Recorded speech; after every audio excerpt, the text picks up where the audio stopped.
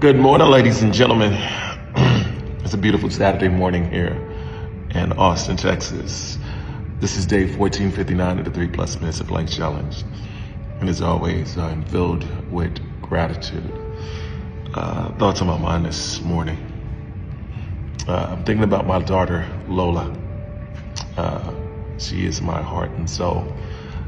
She's 11. I always say she's going on 35 because there's a lot of times where she'll just say things that are just so wise. And sometimes she acts a lot older in her age. But we were having a conversation yesterday, and she had failed a math test.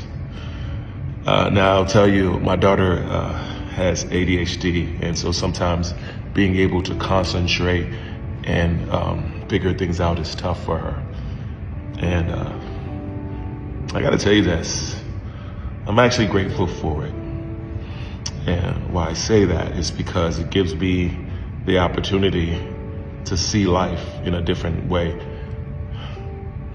Now, the truth of the matter is, I think I probably had ADHD when I was younger, and possibly even now. I think the difference now is that I've been able to manage it in a different way. Anyway, so we were having a conversation. She'd failed a math test. And so the teacher had sent it back home for her to go over it and asked if the parents would be able to sit with our children and do it.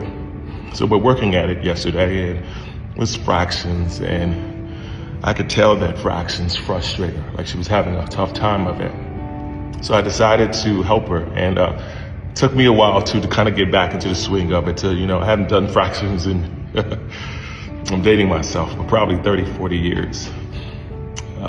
And so we went over the homework together.